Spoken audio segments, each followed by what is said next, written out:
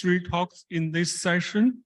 The first talk is the Draco stream cipher. The authors are Alexander Mock, Matthew Haman, Matthew Krauss, and Vasily Mikhailov. I think Alexander will give us the talk.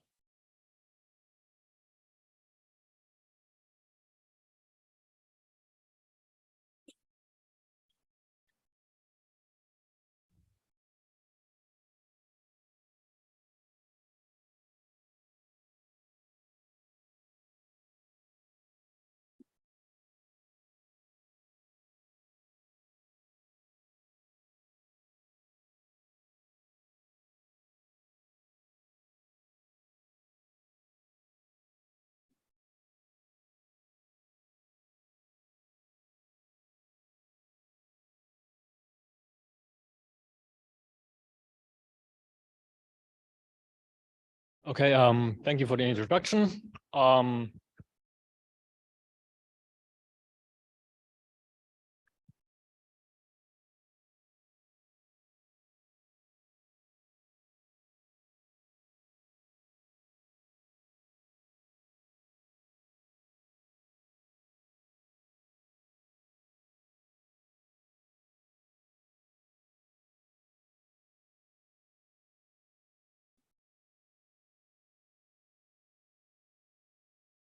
Okay, again, thank you for the introduction. My name is Alex.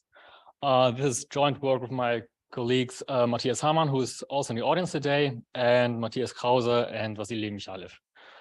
Today, I'm going to talk about the new stream cipher proposal that we call Draco. So first up, a little bit of motivation. What's the problem with stream ciphers, or what are they trying to solve with our new stream cipher proposal? So stream ciphers are vulnerable to generic attacks called time memory data trade of attacks. And these attacks, they exploit the birthday paradox. So an adversary who observes some key stream can also randomly generate some internal state by himself and generate some key stream from that, observe a collision in the key stream, and eventually if there is a collision in the key stream with high probability, that is due to an internal state collision. And if the adversary has the internal state, if he has an internal state, he can generate from that more key stream, or potentially even get the key from that. And these attacks, as I said, exploit the birthday paradox. So to achieve a security level of n, the state size needs to be at least 2 times n. And I also copied some some input from the eStream contest from the call of papers, which also noted talked about needing a state which is twice the key size, and some more desirable properties for a stream cipher.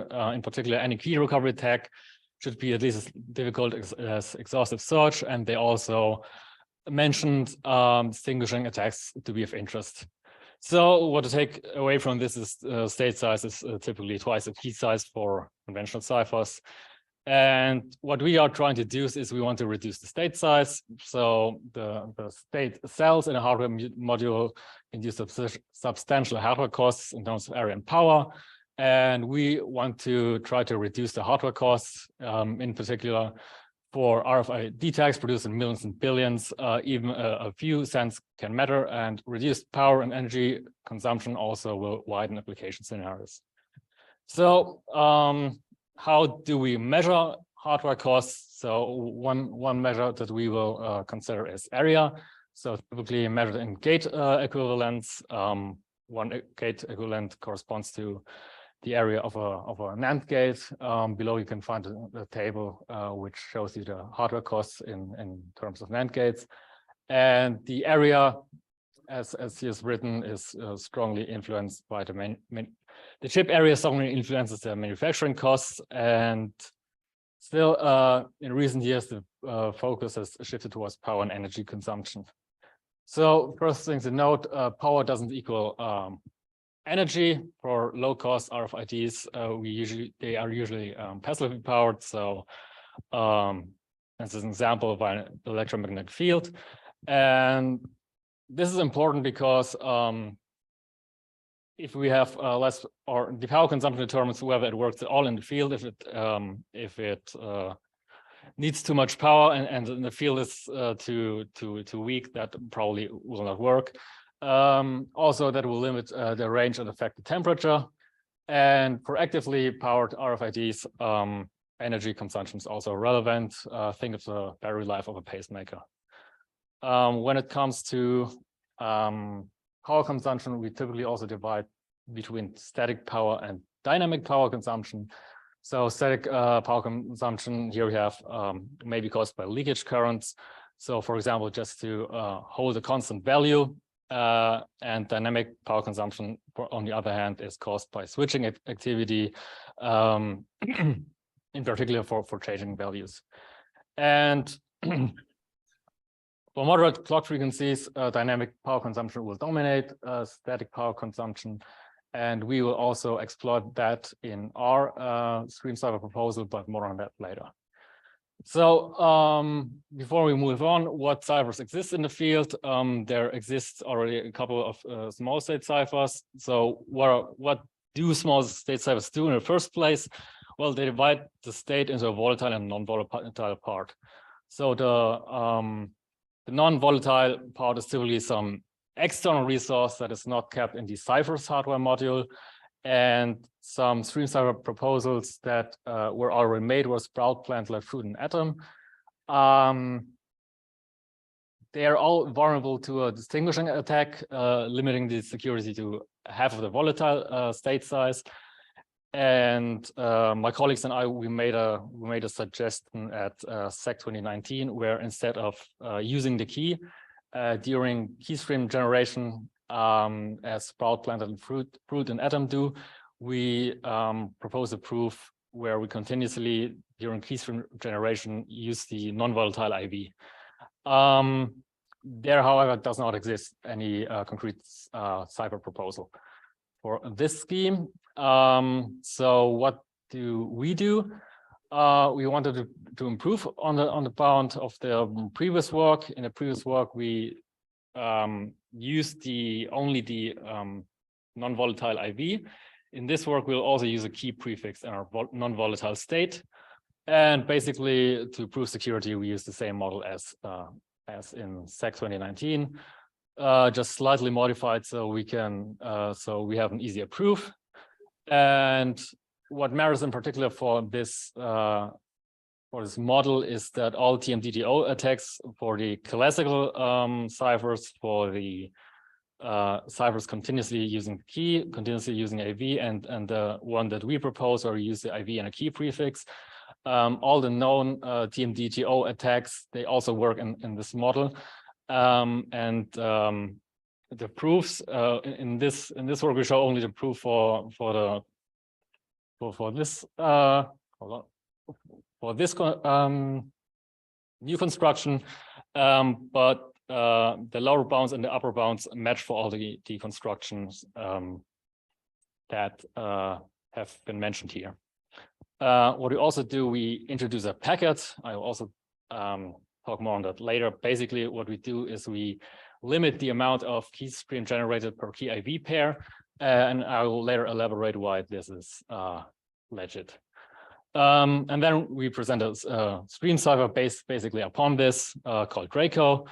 Draco is a 128-bit secret key and a 128-bit volatile internal state, and a non-volatile part with a 96-bit non-volatile IV and a 32-bit key prefix.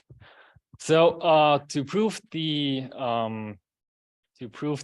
security in a generic sense, we sort of need to abstract from some stream ciphers. So basically, how does a stream cipher generate key stream? So initially, we have the key in the IV. The IV is called X in this case. And initially, we load it into the hardware module. We will not be very concerned in the proof with the loading. It's just some nice notation. But next thing is we will initialize, where we permute or mix the volatile internal state. get an initial state from that, update one state to the next, and from this internal state here called yi, we feed it into the output function and get an output bit zi, and then next thing we do, we update, get a new yi, feed it into the output function, and so on. So as I said, we also introduce a packet mode, what basically means we limit the amount of keystream bits that can be output per key IV combination. After that limit has been reached, a new IV must be used. And the nice thing about this in particular is that two packets with different IVs share no internal state. This means if we can consider the entire state, non-volatile and volatile state combined, as we use the IV in the non-volatile state, and we have two different IVs, well, they're different, so they can't collide. Talking about packet mode, why is this reasonable? So here are a couple of protocols, A51 used in GSM, Bluetooth, wireless networking, and TLS. And they all limit the amount of data encrypted for a key IV pair. TLS being the largest here with 2 to the power of 18 bits. Draco, as I will introduce later, will actually have a limit of 2 to the power of 32. So I think it's legit to limit the amount of keystream bits generated per key IV pair. So how do we prove security? Basically, the initialization function and the output function are replaced by a random permutation and a random function. For the initialization, only the volatile state is permuted, and for each non-volatile state, we pick a new random permutation. And the output function is also placed by a random function. I had some comments by the reviewers and also some colleagues that this is pretty strong. But what matters is that doing the proofs for all of the constructions considered so far, all of the attacks that we've seen previously on the ciphers, they still work in that model. So I think it's legit to model it that way. So I don't want to do the proof in much detail, just giving you some idea. So basically, we have a chosen IV attacker. The attacker can query the construction as well as the random permutation, the random function. After the adversary has finished the interaction with the oracles to the construction, the random permutation, and the random functions, it will receive the internal states that occur. I mean, if you do a construction query for KX and get ZY, you will get some intermediate internal states. We will give that to the adversary in the end, and we'll also give the key to the adversary in the end. All of that is collected in a transcript, and using the H coefficient technique, we get the bound that is shown on the slides. Basically, you can see that the first term tells you that security is limited by the key length, and the second term tells you that security is limited by the volatile state length. Okay, so now we can introduce Draco. So that's the cipher. It was inspired by grains as a grain-like structure. We use a 128-bit key, 128-bit volatile state that is in this case divided between those two NFSRs. The non-volatile state consists of 96-bit IV and a 32-bit key prefix. The NFSRs are based, the NFSR1 is based on Achterbahn and has a maximal period of 2 to the power of 33. And the other one is based on grain 128A, and state initialization takes 512 cycles, and the packet length is 2 to the power of 32 bits. So yeah, as I said earlier, we limit the amount of keystream generated or key IV pair. What we also did, we considered 4 implementation variants of Draco. Basically, the regular variant of Draco is where the key prefix is key prefix and IV are both externally available, then we have the K version with the key in the hardware module. If the IV is externally available, the index I version if the IV is in the Draco hardware module and the key prefix is externally available, and the KI is if both key prefix and IV are inside Draco's hardware module. So now there's a problem with Draco, which you will see in the next talk. Next talk will present a distinguishing attack on Draco with 107 bits of complexity. I have a typo here. I checked again, it was 107 bits. So I don't want to go too much into detail, but basically what was the issue? We have a small key prefix. The period of the key IV schedule bit is small. Basically this DT you have there in the second line, you'll see we have the K, X or X. And you'll see that the period of this part will be 32 times 97, which is pretty small. And for some IVs, this D value can be zeroed for several clock cycles. And that basically broke the cipher. And the quick fix to this is basically to extend the key prefix to full 128 bits. That only marginally affects variants with an external key prefix, but if we keep the key prefix, or in that case, the entire key inside the Draco hardware module, that will significantly worsen the hardware requirements. So here you can see a comparison of the original variant of Draco and the one with the quick fix. Basically, quick fix is the one with the large key prefix, and you can see in the black one, which is basically the regular variant, and the green one, that the quick fix didn't do much of damage, but if you keep the key and the key inside the hardware module, numbers got significantly worse. So we were wondering, how can we go back to a 32-bit key prefix?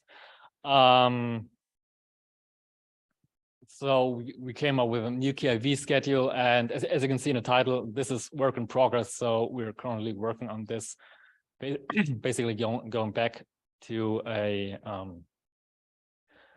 32 key prefix, and the idea is basically to use again in this DT in the last line, you will see we will choose two key prefix bits cyclically, one from the first 15 bits, one from the last 17 bits, and a third key prefix bit is calculated from an address which is taken from NFSR1 according to the last line. And we ran that again, have some updated numbers on Draco. Again, for each variant, the first was the original variant, which was broken. And the new work in progress variant seems to be promising. And as you can see, numbers got a little worse, but not as dramatically as before. So thank you.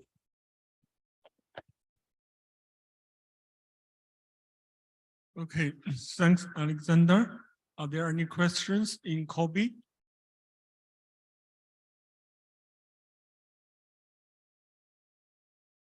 Is there any questions in B? Okay.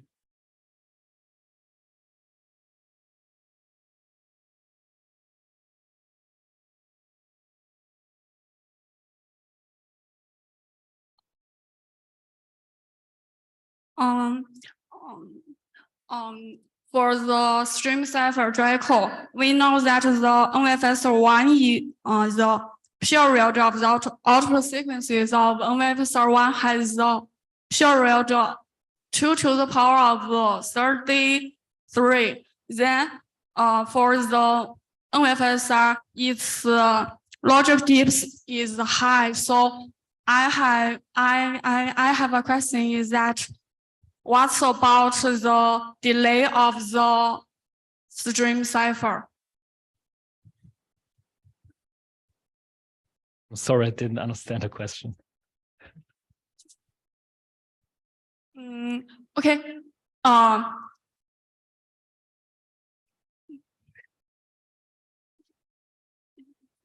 Let me think. We know that the NFSR1 has a maximum period, which means that its feedback function will have a large monomial, and this will lead to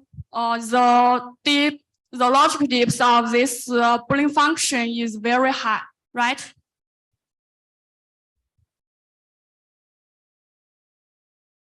When it comes to the implementation, my colleague was actually involved into this. Maybe he can answer this question.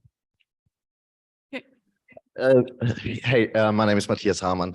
So as far as I understood, you were talking about because NFSR1 being non-linear but still having the maximum period, you were referring to it will probably have quite complicated terms, leading to a large delay and therefore causing a large critical path and therefore a small maximum clock frequency. This was your fear, so to speak, right?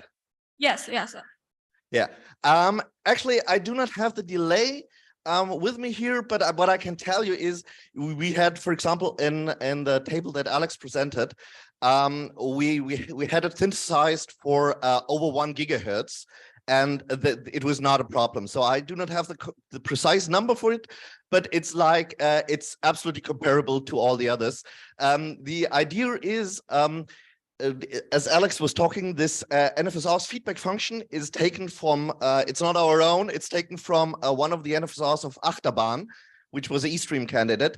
And they went into great detail to create also the hardware footprint is very, very small. So it's just, I think, 30 gate equivalents or a little bit more than 30 gate equivalents. So it's a very small hardware footprint for the feedback function there.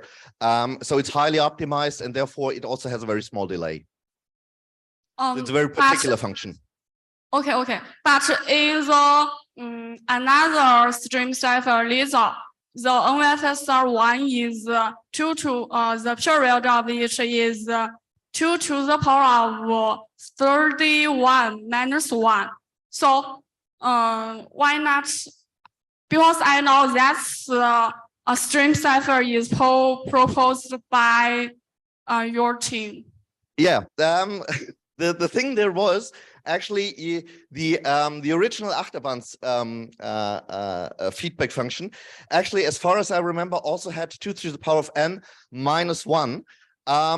But the problem for all those ciphers, and this is what actually broke Sprout, the initial continuous key cipher, was the problem that if after initialization, this register ends up in an all 0 state, it will never leave the all 0 state after initialization if it's 2 to the power of n minus 1. And therefore, yeah, you have a huge problem after that, and it led, for example, to attacks against Sprout and so on. But as this is a nonlinear feedback shift register, it's easy by adding one single term with one single monomial with a lot of taps, so to speak, by turning it from the power of 2 to the power of n minus 1 to 2 to the power of n. And by that, we avoid the all 0 state. So we do not have to care at all about after the initialization, whether there is this tiny probability of ending up in the all 0 state, because it eventually will leave it again in the next step. Okay. Thank you. Then I have the last one question is that just like this stream cipher Draco, if do you consider replace the NFSR1 by a larger period NFSR? The problem there is actually that for LFSRs, you have a very nice mathematical theory how to create large NFSRs with full period. For NFSRs, you do not have this, except for very particular cases for NFSRs, which have some not so nice properties. So for NFSRs with nice properties, you do not have a theory how to create those with a very large period. And these we have to up to this period and this size. They are actually basically based on some theory, but also based on a lot of experimental checkup found. So if someone comes up with NFSRs with a larger period, maximum period, so larger NFSRs with a maximum period with nice cryptographic properties, I'm the first one to use it. Thanks. Okay, thank you, thank you. Are there any more questions? Okay, then maybe we move to There is the a question from Kobe. So one question.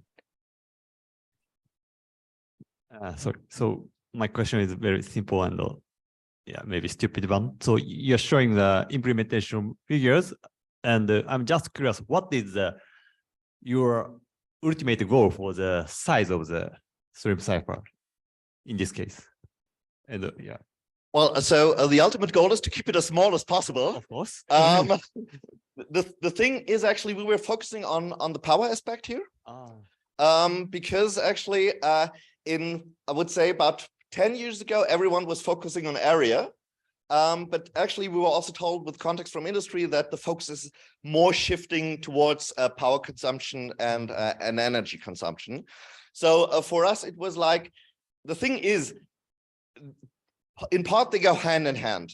In terms of, for example, when Alex was talking about the static power consumption of a flip-flop, which is not clocked, then the more flip-flops you have, the more larger register sizes, the area will grow, and also the power consumption will grow. But what actually the very interesting thing is, and this is what sets the cipher apart. For example, for grain, the paradigm was okay. And also in the past, the paradigm was, if I have those flip-flops, let's use them, let's clock them, let's change their values very often.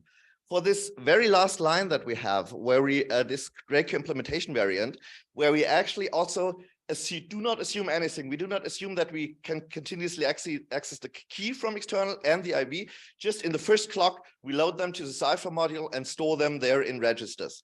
But what we make use of is that half of this part, this key prefix and the IB, which are loaded, which are stored then in registers, they are not clocked. We just need them. So we have just the static power consumption there. So we have practically we have the dynamic power consumption of the cipher, which makes it very power efficient, especially already for as you see, clock frequencies at 10 megahertz. So there is a little bit of playing together of area and power consumption. But our focus here clearly is actually on the power consumption part. Yeah, I understand. Thank you. Thank you very much. Okay. Thank you, the speakers and the colleagues. Now we move to the second talk of this session, Cryptanalysis of Greco. The author is Sahadeep Banig. I think Sahadeep will give us a talk. Sahadeep, are you online?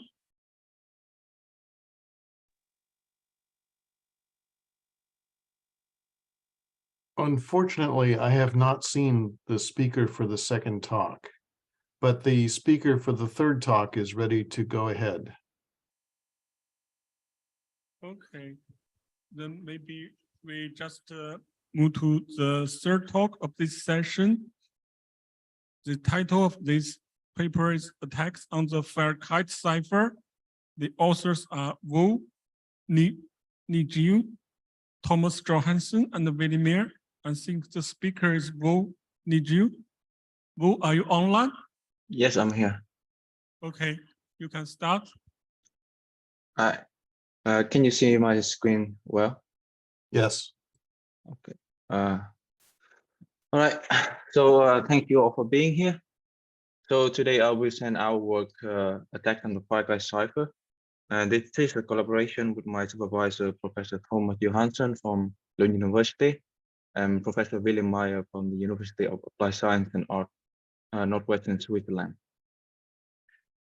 So a little bit of introduction.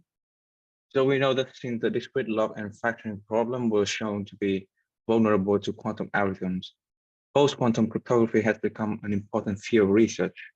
So here we study cryptographic construction that rely on hard problems that are believed to resist quantum attack. So for example, we have code-based, lattice-based, or multivariate-based or isogeny-based cryptography. And alternatively, we also have other assumptions such as learning assumptions, such as learning parity with noise and learning with arrows. And among those, the learning parity with noise is appealing in many applications for its simplicity and efficiency, which has opened the door to many realizations in lightweight devices. So for example, to mention a few, we have lightweight identification protocols, measured authentication, pseudo-random generator, or public key encryption schemes. However, there's a common drawback in LPN-based constructions, which has been pointed out, is that we have to ask for fresh randomness multiple times. This is clearly not viable in low power or constrained device. So with this scenario and motivation, Bogart and others in 2021, they proposed a synchronous stream cipher called Firekite that use an LPN-based construction. And this stream cipher can solve the aforementioned problem and can be efficient in terms of throughput, parallelization, and viable in lightweight devices. So let's present the Firekite cipher and the LPN problem. So the design of Firekite is straightforward. So let n, m, and k be integers where n is much bigger than m.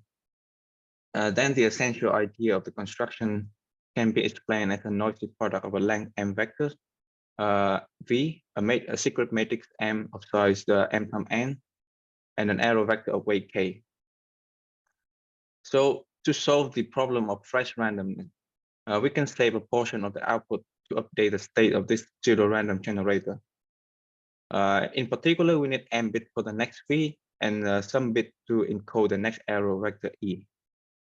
And what we have left is a key stream for the Firekite cipher. So as for the presentation of the arrow, so the arrow weight is k, and we need log n to represent the erroneous bit. In total, this concise presentation will cost us k log n bits. So in conclusion, for each invocation of this pseudo-random generator, we can encrypt or decrypt d equal n minus m minus k log n bit. And another aspect of this design is that to be secure, parameter m and n need to be big. So for efficiency, the authors decided to use secret matrix. Such a matrix is generated by shifting the first row consecutively to obtain all the rows. So would there be a security concern to use such a particular matrix, you may ask? So however, there is a good reason to do so, as it will relate to the LPN problem and its variant ring LPN that we present now. So let us introduce the LPN problem in brevity. So informally speaking, the LPN oracle gives out a randomly generated vector G and its noisy product with a secret X. So each arrow bit is binary distributed with parameter eta. So meaning that the probability that an arrow between 1 is eta. So the such version of LPN simply asks for the recovery of the secret X. A few remarks about LPN. So first, there is a search to decision reduction, and it is closely related to the famous syndrome decoding problem, encoding theory, which many code-based crypto schemes rely on. So they are equivalent when we limit ourselves to limited samples. So having introduced both Firekite cipher and LPN problem, it is also important to understand the difference between them and how the security of Firekite is measured using LPN solving algorithms. So the first difference we can notice is that the arrow vectors are different in two cases. One is of weight at most k in Firekite, and the other follows binary distribution. And second, both V and the matrix M in Firekite are kept secret, and the adversary only sees a part of the noisy product. And finally, the matrix in Firekite is cyclic as opposed to the uniformly random and row-wise independent in LPN. So the use of such matrix is often called ring LPN. As for the security reduction, the author showed a transformation from Firekite instance to an LPN instance. Then they apply cryptanalysis method to reduce the security. So it is also worth noting that these security assumptions are substantiated by further assumptions that are ring LPN is as far as LPN, and Firekite is also as far as it transforms LPN instance. So while the first assumption is okay and generally believed, for the second assumption, the author only show that Firekite is at most as far as LPN, and for the other direction, they left it for conjecture. So now we know Firekite, we can describe our attack by some observation. So since we add the adversary, we only see the first D bit of the noisy product. So we can focus on the first D column of the secret matrix. So our first observation is that since the secret matrix M is fixed, so we speculate that we can detect some non-randomness from observing GI. The second observation is if L vector VI cancel out, then the sum of the corresponding GI will be made up by only error vectors. And for most Firekite parameters, the error vectors are sparse, so the sum will also be sparse. And we know that an L length M vector VI cancel out, we yield a low-weight sum. We hope that we can see this low-weight combination more frequently than the random cases. So how do we exploit the observation? So the idea is that if we can detect a low-weight sum, and it is statistically impossible to have such a sum in a random case, then it must have come from a collision in VI. In other words, Firekite were used to produce a key stream. So the main question comes down to how we can find low-weight sum efficiently. So fortunately, there are many works dedicated to this problem. So in particular, the two algorithms that inspire our work was the Wagner algorithm and the match and filter algorithms by both May. So briefly, for the case L equals 4, we start with 4 lists of vectors, and we gradually cancel out C position by combining vectors. So note that the difference between two algorithms is Wagner wanted to find 0 sums, whereas match and filter finds a low-weight sum. So the parameter C is important because we need the final list size to be big enough so that a 0 sum or low-weight sum can be found with non-negligible probability. So with the help of those algorithms, we come up with our own plus some modification. So first modification is that we can only use one list, one initial list with an increased size. So in particular, to cancel out C bit and maintain the list size, we need a factor 3 here. And we will explain this factor in a minute. So let's combine the routine to find vectors that collide in C bits and T equal log L. Then we need to apply combined T terms, resulting in an evolution of list L0, L1, and so on to LT. Lastly, we need a slightly larger C compared to Wagner algorithms, because when we detect a low-weight sum by using such algorithms, we also condition the sum of error factor to be at least error-free modulo 2 in the first TC position. So let us take a closer look to combine. So similarly to other algorithms, we can use C tuple as indices or keys in a hash table to detect collision in each iteration of combine. So for each bucket that are indexed by C tuples, because we have 3 times 2 to the C vectors, then for each bucket we will have around 3 vectors. So heuristically, we can have 3 combinations, so the list size can be maintained this way. So this should explain our factor 3 earlier. And finally, we can just simply filter the last list with a target weight P omega. Now we have described our algorithms. We need to answer also a few more important questions. So how do we choose the target weight C omega? So C omega is the relative weight of L error vectors in DL n bits. So we can set it to be L times K times D over N, where K is the weight of each error vector.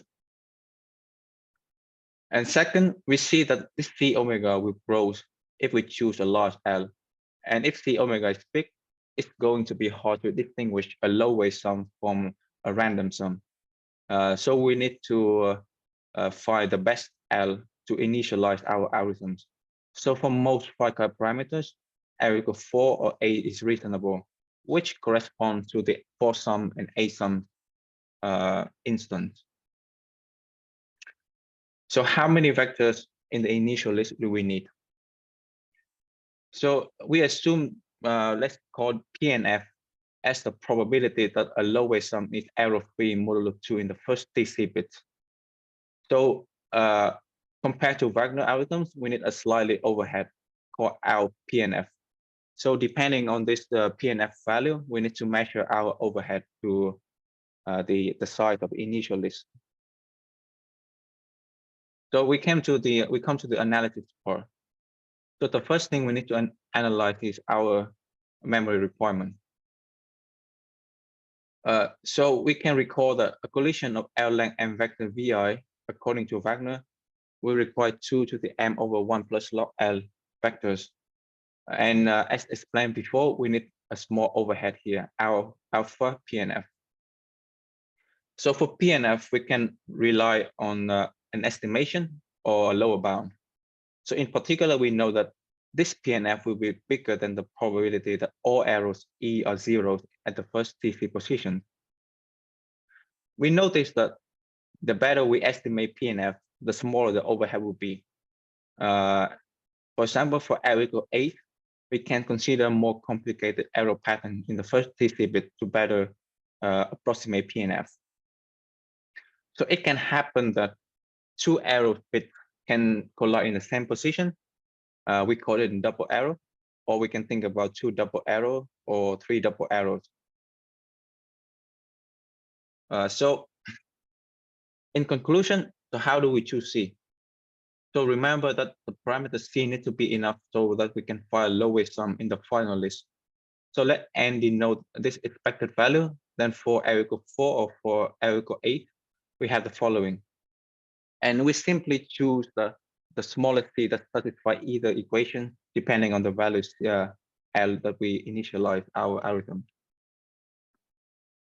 So the complexity of our algorithm is also straightforward. So the dominating part of the complexity is the cost of P combined routine. And in each P combined routine, we have to do 3 times 2 to the C XOR operations. And we can model each XOR operation as here. So to understand the success probability, we need to look at how frequent for such a lowest sum to appear in the random case. And we didn't know this number by n random. So if the value is really close to 0, say 1 in a billion or billion chance, then we are pretty confident that the encryption indeed used Firekite. So we can present some numerical values for our attack for different Firekite parameters. So as we can see, the Firekite cipher is susceptible to our 8-sum attack, and we can better measure the security by up to 20 bits. And if you look at the n random, so the success probability, we can see that we have really good indication that our distinguishing attack works. In our paper, we also documented how where our distinguishing attack fails and how to optimize them for larger parameters. So we're going to go to the key recovery, but just in prose. So the key recovery, we use our 8-sum distinguishing attack and the information set decoding or IC algorithm. So how does IC algorithm work? We look at this famous problem. So let's say be a random binary code generated by a matrix of dimension k times n, and y be a noisy code word where omega is the weight of the error vector, and the task is simply recover y of e. So we can consider a new code by including the noisy code word in our previous code. This new code is going to be made up by the matrix G concatenated with y.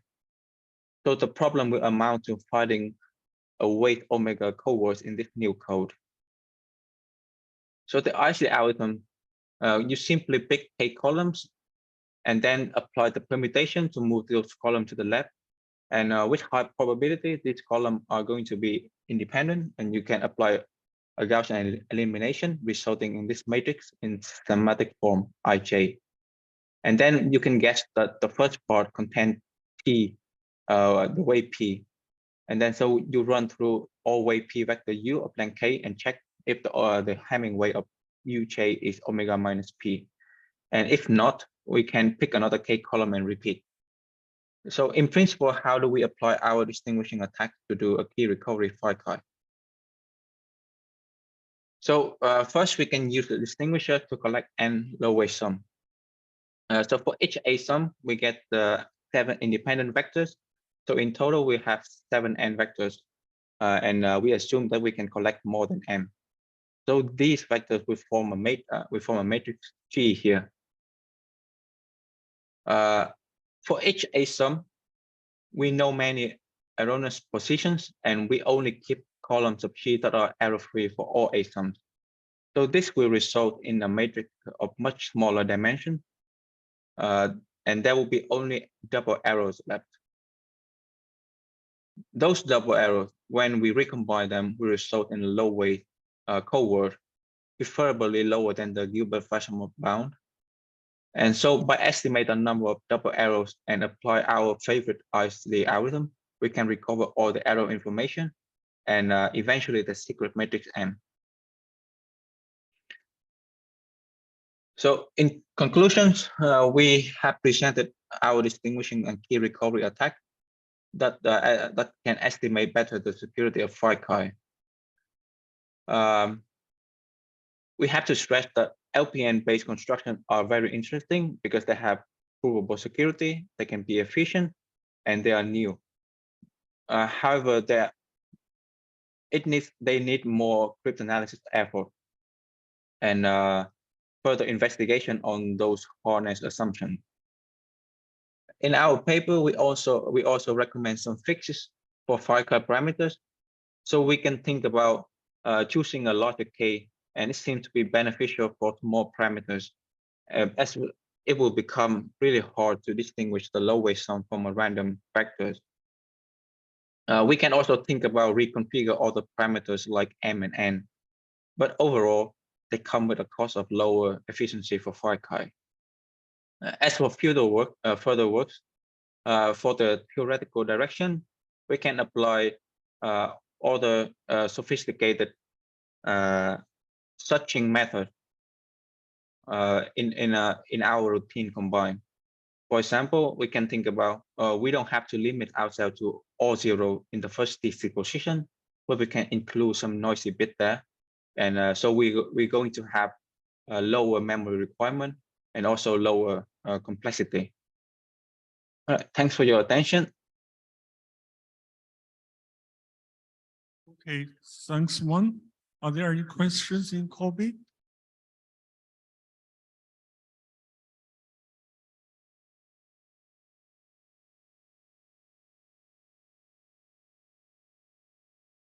It seems no. Are there questions here in Beijing?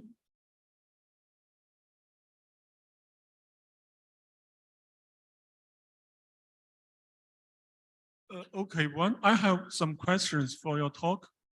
Yep.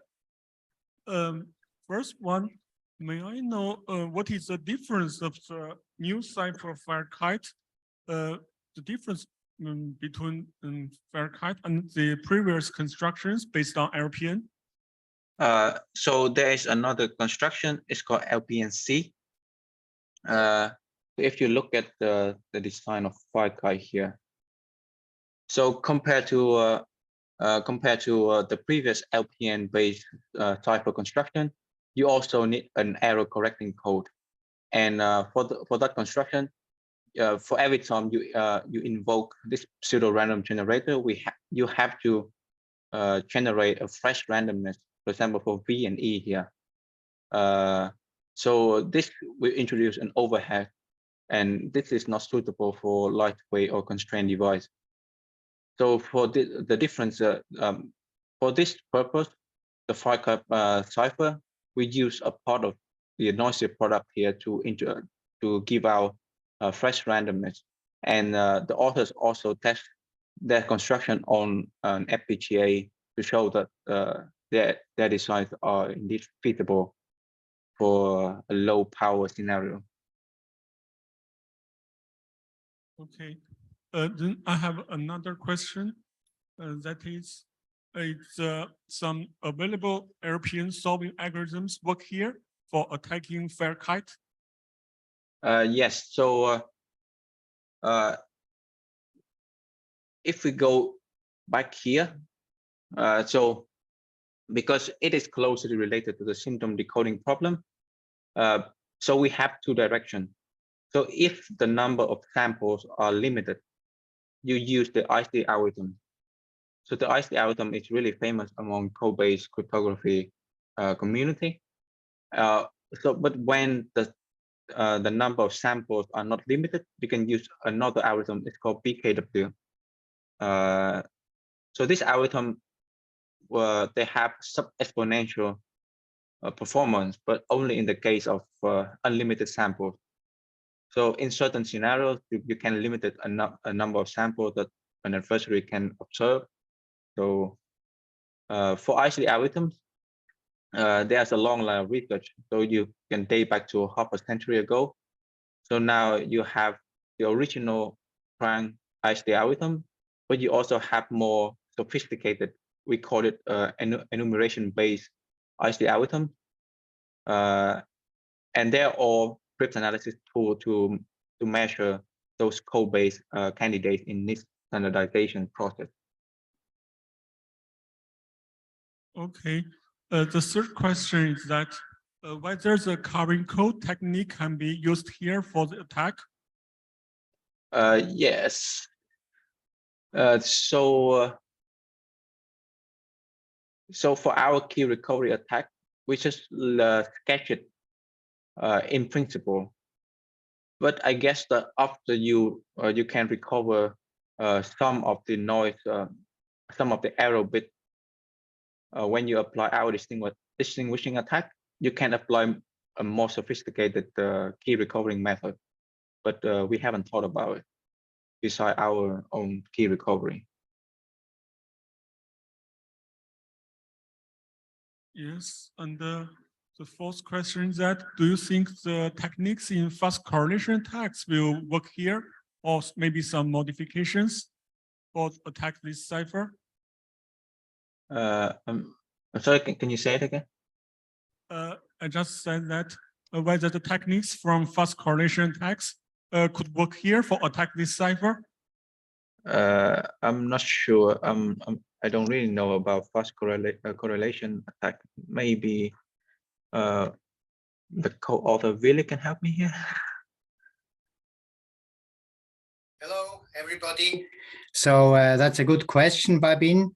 Can you hear me? Yes, really? Are you online? So actually, I have also thought about whether kind of fast correlation attacks might work here, but there is a big difference. Mostly these work when the ciphers are more or less LFSR based, but here the construction is quite different. Although there are interrelations between fast correlation attacks and kind of coding-based techniques. So in this a bit weak sense, the answer would be yes, but in a strong sense, I would say no. Okay, thanks, Willie. Do you have some comments on the applicability of fast correlation attacks decoding algorithm here? No further comment on this. Yeah.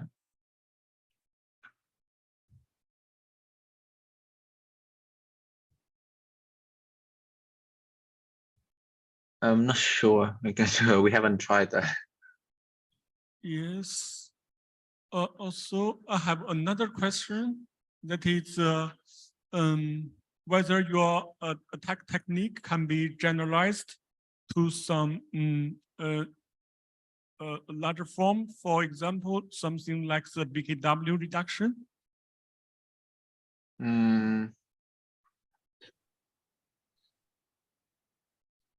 Channelize.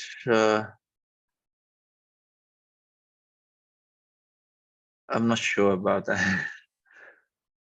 Yeah, I mean, most of our modification, the first two modification, it comes from BKW, but I'm not sure if you are doing the same thing on BKW. But I think, yeah, it looks like BKW after all. So our technique resembles slightly to some very recent analysis, but in a totally different context.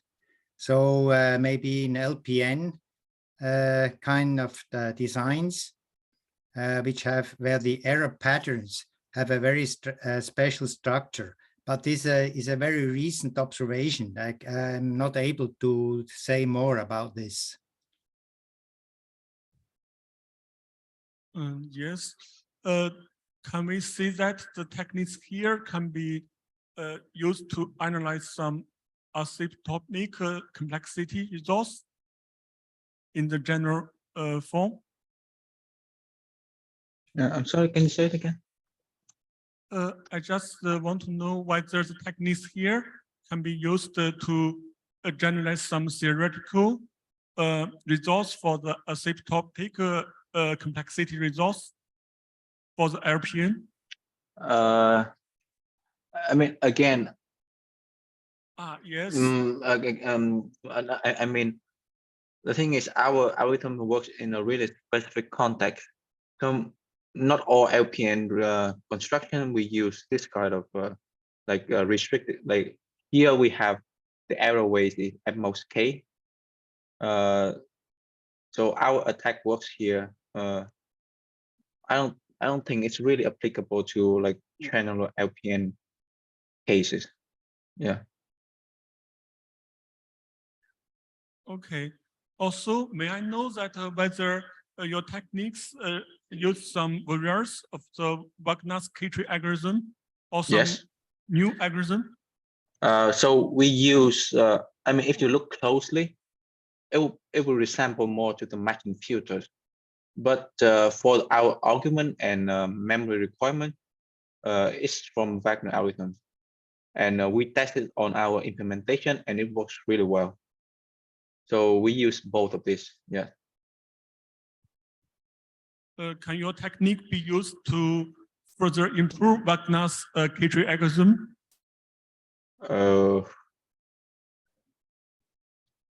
Yeah, but K-tree algorithm looks for all zero sums, right? So yes, in the general form. Yeah. So I don't think so, because if you look at this paper by Bolt and May that proposed match and filter, they even have a more general case where you can include some of the error bits here, where you cancel out or you don't cancel all of 3 bits here, and that will give better result. So that is one of our further works. Yeah, but we just applied the match and filter and Wagner algorithms in the simplest form. So I wouldn't say that I can use to improve these famous algorithms. Okay. Are there any questions? Or maybe in the Zoom online, are there any questions? None that I see. Okay. Then maybe let us thank the speakers of this session. And I think this is the end of today's program. And we can have a break. Right, thank you. Yeah, thank you.